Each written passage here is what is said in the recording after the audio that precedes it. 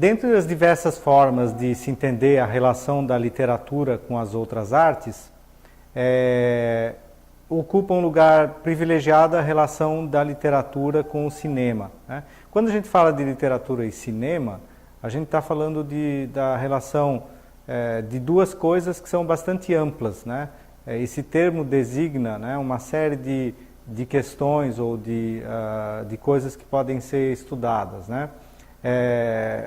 Hoje, por exemplo, para cinema se fala muito mais em audiovisual, né? O campo do audiovisual, que é um campo que envolve a produção de filmes para televisão, para o cinema, para esses dispositivos móveis como celulares, etc., né? Cinema é, na verdade, uma denominação genérica para uma série de coisas. Da mesma forma que a literatura, né, quando a gente fala de literatura, a gente está se referindo a coisas bastante diversas, como, por exemplo, o romance, a novela, a crônica, o sermão, o poema, né?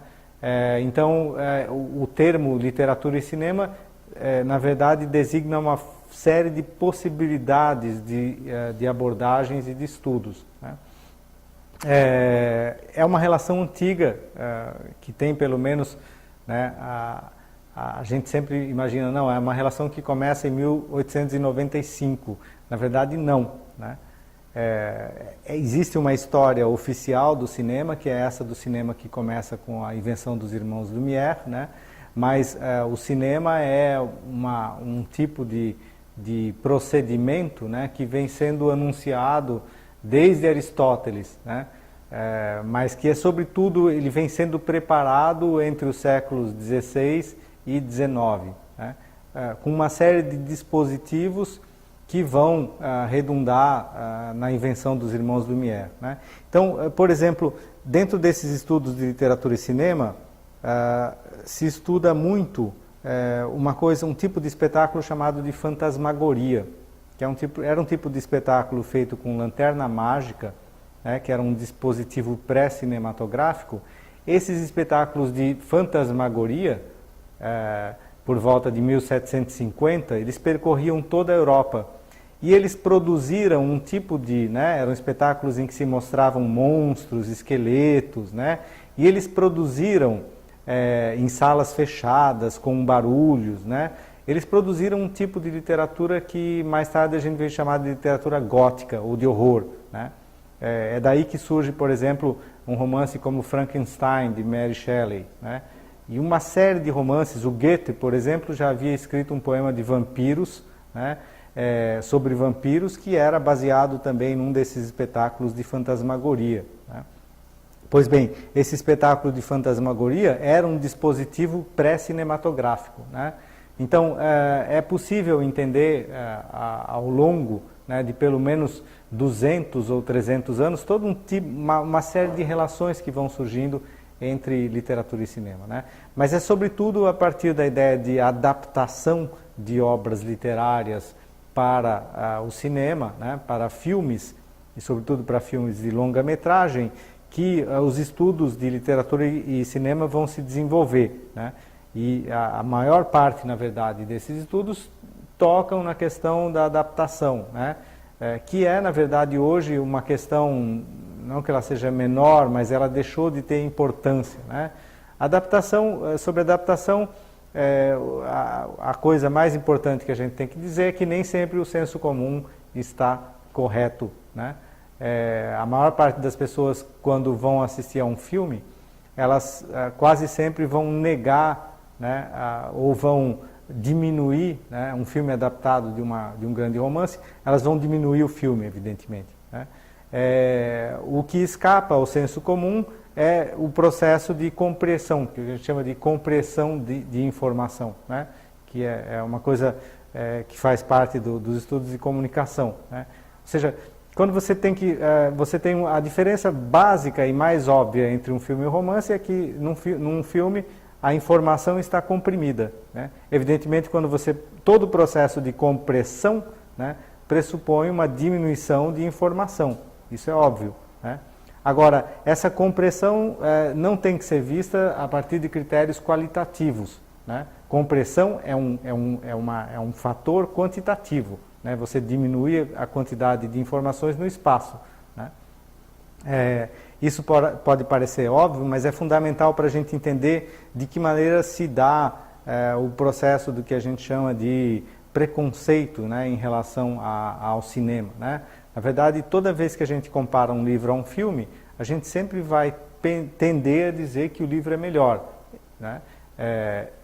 Isso parte, né, de uma falsa reflexão sobre o processo de compreensão, mas também parte de um preconceito em relação ao cinema que não é de hoje, né? Esse preconceito, na verdade, ele surge no início do século XX. No início do século XX, o cinema era arte de massa, né? Era um tipo de arte feita para espectadores de baixa renda. Essas pessoas iam ao cinema para se embriagar, né? Ou seja, o cinema, as salas de espetáculo onde se projetavam os filmes eram lugares que para uma certa elite, né, eram lugares bastante sujos, né? Eram lugares bastante suspeitos, digamos assim, né? Então, é daí que vem esse preconceito do cinema como uma arte menor, como algo que não é muito confiável, né? Então, geralmente quando a gente fala, às vezes a gente nem sabe de onde vem os nossos preconceitos, né? Mas uma boa parte deles vem daí, quer dizer, ao passo que a literatura, para a gente, é aquilo que representa a nobreza, os grandes ideais, a possibilidade de transformação da sociedade e tudo isso, a gente esquece que, na verdade, esse conceito de literatura é um conceito que se forma no século XVIII, né? Justamente no período do Iluminismo. Uma das ideias centrais do Iluminismo era a educação, e uma educação que deveria ser feita a partir dos grandes clássicos da literatura, né? Então, se a gente compara essas duas origens, né, a origem nobre da literatura, né, e a origem pobre do cinema, a gente entende em boa parte de onde vêm os nossos preconceitos, né? Se a gente alia isso ao processo de compressão de informação, a gente passa a ter uma outra maneira de entender a relação, né? Então, hoje, quem estuda literatura e cinema está muito menos preocupado em dizer se o filme é melhor que o livro, né? Mas está muito mais preocupado em entender como é que se dá o processo de compressão, por exemplo. Como é que você transforma um romance como Dom Quixote, que tem mais de 2.000 personagens, num filme que tem 3 personagens. Como é o caso desse filme que vocês estão vendo, do Orson Welles, né? Que é uma das obras-primas do cinema universal, e é uma obra que realmente faz jus ao romance do Cervantes, né?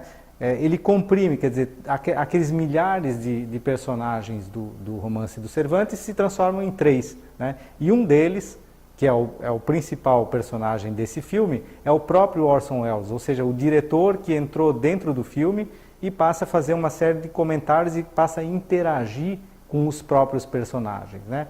Ora, o que o Orson Welles está fazendo, um diretor americano, está fazendo dentro de um filme baseado na grande obra, né? Aquele romance que a gente considera o grau zero da literatura, né? Essa é uma frase do Roland Barthes, né? Segundo a qual o Cervantes, o Dom Quixote, é o começo da literatura. Ora, o que o Orson Welles, enquanto diretor, está fazendo dentro desse filme, né? Inclusive conversando com o Sancho Panza, né? A princípio isso pode parecer absurdo, mas não é absurdo para quem realmente leu o romance, né? Quem realmente leu e interpretou e fez uma leitura aprofundada do Dom Quixote, sabe que o narrador, de maneira bastante subreptícia, ele vai entrando dentro do tecido narrativo, né? Ele vai se misturando a esse tecido narrativo e vai fazendo uma série de comentários também, embora ele seja mais invisível, né? Então, dentro do romance do Cervantes existe uma quebra, né, naquilo que a gente chama de suspensão da incredulidade, ou seja, eu leio um romance e acredito que aquilo é verdade, né? No caso do Cervantes, eu leio um romance e o narrador a todo momento me diz que aquilo é falso, né? O romance já começa com a seguinte declaração, né? Num certo lugar da Mancha vivia um homem chamado Alonso Quijano, Alonso Quejada, né? Ou seja, o próprio contador da história não sabe qual era o verdadeiro nome do Dom Quixote, né? Então, o modo como esse narrador vai desarticulando a minha crença na ficção é exatamente o que o Orson Welles faz no filme. Então, quando a gente analisa um caso como esses, o Dom Quixote do Orson Welles, a gente está diante de uma obra que realmente não faz apenas uma adaptação de um grande clássico da literatura universal, mas faz exatamente o que a gente faz nas aulas de literatura, ou seja, uma interpretação. Né? A partir desse momento, a gente pode considerar que um filme é uma forma de leitura. Né? Assim como eu leio um romance e interpreto e digo coisas sobre esse romance e me exprimo em relação a esse romance, um filme faz a mesma coisa. Né? Então, você tem adaptações que a gente chama hoje de transculturais. Né? Existe uma adaptação, por exemplo, de Macbeth, feita na Índia, nos anos 90, chamada Maqbool. Né? Esse filme é um filme sobre a máfia indiana. Né? Mas dentro da máfia, a história de Shakespeare, uma história que Shakespeare imaginou e escreveu lá no século XVI, XVII, né? Essa história vai ser recriada dentro do contexto da máfia de Bombaim, ou Mumbai. Né? Então, na verdade, as adaptações são sempre recriações, são sempre traduções de um texto original. Né? E é pensando a teoria da tradução, justamente, que a gente pode entender melhor a relação da literatura com o cinema. Ou seja, o cinema, ao longo do século XX, traduziu a literatura. Traduziu para quem? Traduziu para um novo tipo de consumidor de obras ficcionais. Ao longo do século XX, a literatura deixou de ser o modo ficcional preponderante. Ao longo da história da humanidade, a necessidade de ficção sempre foi fundamental. As pessoas não podem viver o tempo todo 100% na realidade. Ou elas têm que mentir, ou elas têm que fingir. Né?